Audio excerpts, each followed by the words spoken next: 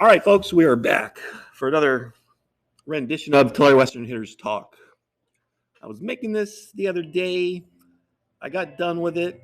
I watched it again, and I realized I kept calling Brylan Bryson because I did Bryson's video just before this one. I'm like, so I deleted it. Anyway, so we'll do it again. This one's really, really quick. Not a whole lot wrong with these two swings. Obviously, we got Emilio over here, two juniors. Guess what? Guess what we're going to need next year? We're going to need some hitting. And basically, we need that every year because it seems like we always have really, really good pitching, really, really good defense. And hitting is always our kind of Achilles heel. All right, so here's Brylan, lefty. Let's just see his swing. All right, starts in a great spot, pretty narrow stance. He actually has a real leg kick. See how this knee's coming in? He's loading up that hip, kind of like a pitcher. That's a real leg kick. Let me pause it. So this is a leg kick that actually has purpose. A lot of guys just bring it up real high and then just put it right back down. That's a leg kick that's just causing another like obstacle. Like, hey, hitting is so easy for me. I want to put some obstacles in the way to make it a little harder, to give me a challenge. Where Brylan actually has a reason for this leg kick. That's a good leg kick, and now he's gonna reach out with it. So he's reaching out. That foot is beating the head. The head's moving a little bit, but that foot is clearly winning the race. So there's nothing wrong with this as far as his lower half. Steps on that foot pretty softly. He doesn't stomp on it like some guys. He's pretending like he ends up popping this one up. So he's a little tiny bit late. But he did. He a lot of guys like to stomp, but he's like feeling like this is thin ice. He doesn't want to fall into the ice, so he just gingerly puts it down. And then once that heel gets down, now he can start to rotate around. And this is another one of those things where it's kind of like where I say you're early and you're late. Well, he's on time because he's hitting that ball out over his front foot, but it's going up. So he did not quite stay behind that, and that's because his swing is starting to take a right-hand turn since he's a lefty. He didn't stay behind it, but that happens. That's a really nice position, and it does happen where sometimes you get it out in front and the ball goes up. That usually does not happen.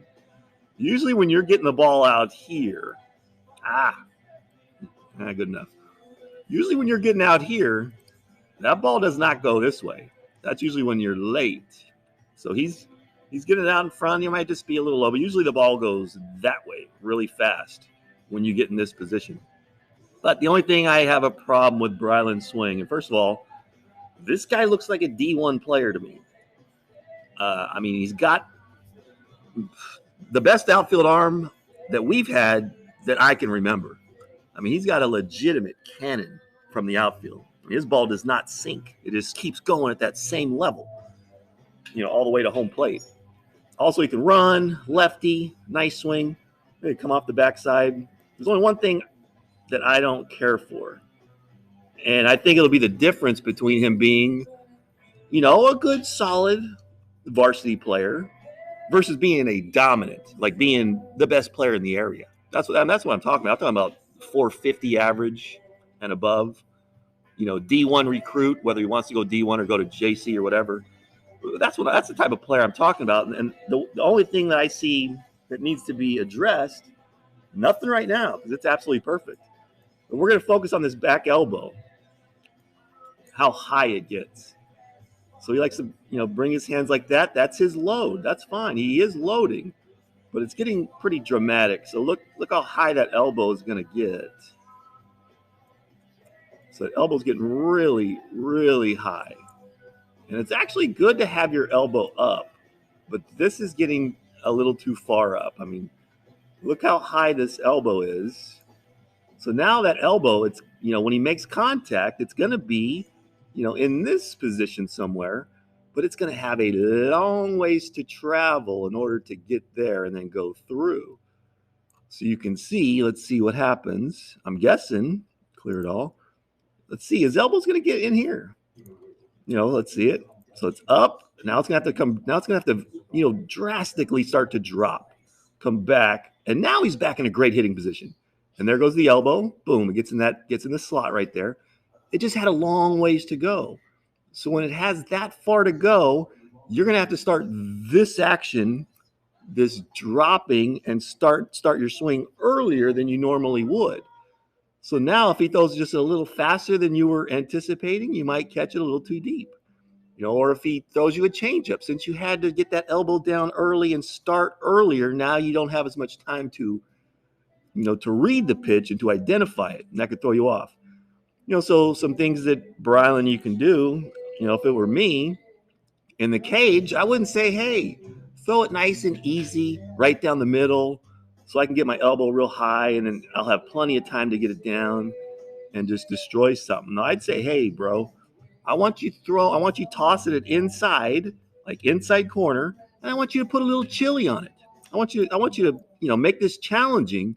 So if I get my elbow like this and you flip it pretty hard inside, now it's gonna be very difficult for me to get back into this good position right here, because you're probably gonna be late or you might get jammed. So have them throw it inside, crush it, and make sure you keep it fair. So you don't want to be pulling this ball foul. All right, so that's Brylan. Emilio over here, another guy. Hey, could you be a D1 prospect? Yes. Why? Because anybody that can swing one of these things, and be a solid hitter, D1, they need guys like that. 1996, Northridge, we got up to rank number 3 in the country, Division I. We had a bunch of guys on our team that couldn't hit at all. We could use more guys that could hit. There's guys on every D1 team that can't hit. So if Emilio can become a great hitter, hey, another D1 prospect right here. All right, so Emilio has a pretty good swing. The only thing I see, let's go ahead and watch the whole thing. All right, starts in a nice position. You got a little bat waggle, which I like. I hate when people stay really, really stiff. So Ben Leon, maybe if you can add just a little bit of waggle and a little bit of rhythm. He's dropping. Nice. Dropping down, loading up. Getting a little bit of bat wrap, which is good. It's going to allow you to get more lag. It actually can make your swing shorter to the ball, not longer. His elbow's getting a little high as well. Let's pause that. All right, so let's compare it to Brylan's. Not quite as high as Brylan's, but his is getting up there. But you can see this is more vertical. His is, it's not quite as high as Brylan's. Keep going. All right, so this is what I see. All right, let's go back to right there. Let's see what happens. Line through the middle of the head. Line through the middle of the foot. All right, now let's go ahead and play it. Head's going to be creeping. The foot's not doing much creeping because basically you just put your toe down and you're going to put your heel down. So if you're going to do that, that's fine, but we can't have that head creep. So the foot's going down, heel's going down, the head's going to continue to creep. And now your head is darn near over your front foot. Boom. Look at that. So your head traveled this far and your foot went nowhere. And then what did that cause? Well, obviously it caused your head getting way out here, So we you remember where we always want to have that good angle? Let me clear all of it. Clear all. There we go. All right, so here's our angle here. Boom. And then it's not only vertical, it's actually going a little bit towards the pitcher. That's not the angle we're looking for. Let's just do this. Remember, the angle we're looking for, through the foot, up the leg, boom, to the head. So his head should be back in here somewhere, not way up here. Also, you can see, watch it. Is this using your hips? Once that head starts to creep forward, we're not really using our hips. You can see the shoulders and the hips are going together. It's supposed to be the lower half leading, but it's not. Lower half and upper half exactly the same time.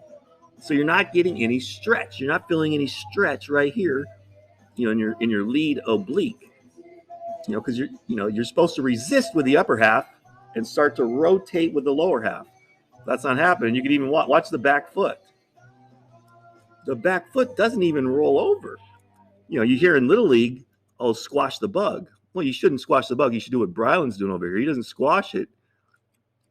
And you can see him. His lower half is leading, but look, boom, he gets off that backside right here. That's nice. Get up on the toe. This is what you really want. But here, we didn't use any lower half.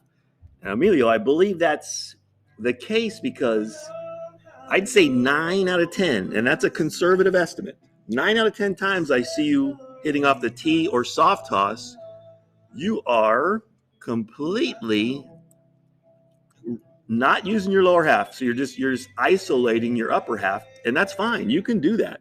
Sometimes to get your upper half correct, you got something going wrong with your upper half, which you really don't here, other than your head moving forward, because you get in a pretty decent position.